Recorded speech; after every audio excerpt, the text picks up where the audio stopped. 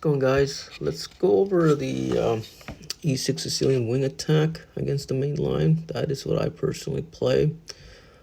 It's just very straightforward and works well for online chess because of the faster time controls such as rapid and even blitz. It's just less complex than if you were to play like a d6 Sicilian, like a Najdorf. e4, c5, main line is knight f3, and here you just play e6. It's a very flexible move. It hits the d5 square. That's an important square, and it's going to facilitate queen c7 at some point.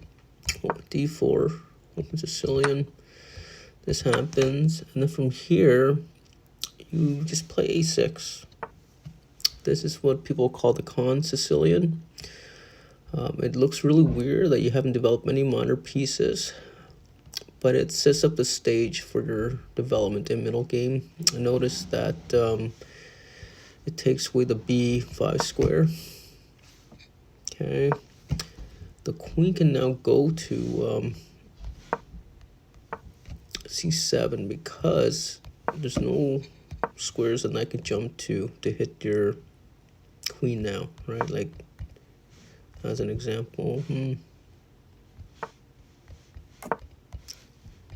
right, another Sicilians that you gotta watch out for, right? So that's why you have the e6 a6 set up.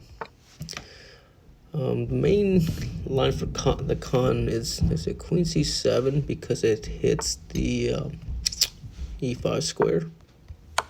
Okay, it's one other defender on there, but what I play is just an immediate b5.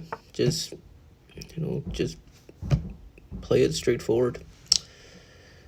Okay, they might castle, they might develop the knight, they might push, which is fine. Let's just say if they push, you can just push forward, keep the file closed. And notice the pawn is also supported by your dark square bishop. That dark square bishop is very important to keep it on this side of the diagonal to patrol those dark squares. That's the theme with e6 Sicilian, is cover your dark square weaknesses. Okay, so keep those patrolled. But let's just say they castle, they're sensible. If you're gonna be playing b5, if you can kettle right. Let's just say they develop the other knight.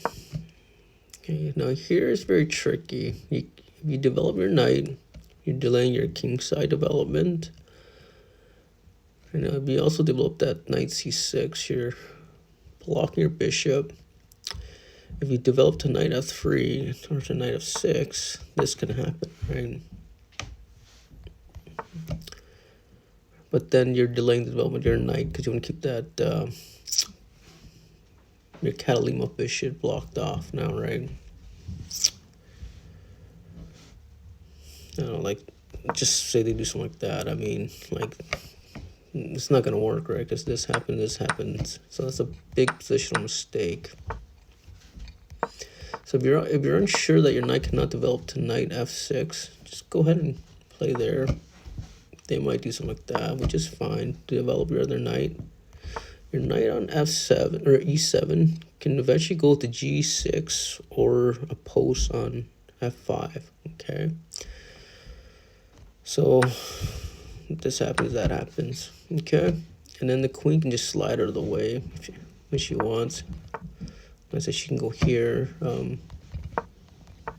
And now that bishop just doesn't want to trade with the knight.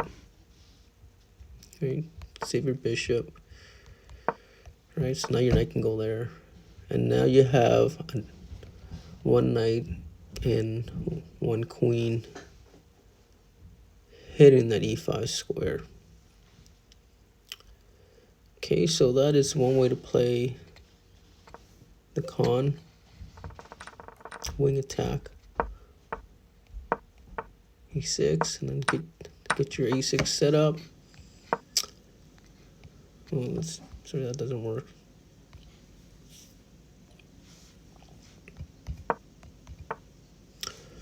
Right, open Sicilian, which is just d4, takes, Get your e6 set up. Okay, and then play immediate b5. That is the characterized wing attack right there. They might develop fianchetto. Again, this bishop is very important, so keep it back. Develop your other knight. Or you can just go there right now if you wanted to. Okay. Okay, and then that's your setup. You can look for counterplay. You might have a castle because that e pawn is shielding your king on that e file.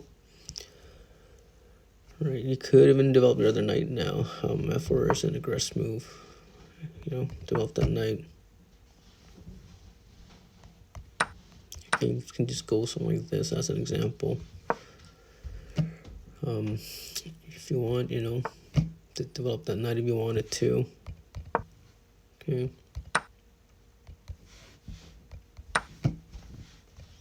And now the knight's centralized and hitting some key squares. Again, rook to the c file, queen c7. So you got a lot of counterplay here now. Okay, so you want something sharp, something complex, something positional. This is a you know, and winning chances. This is a good Sicilian for you. Okay, take it easy, guys.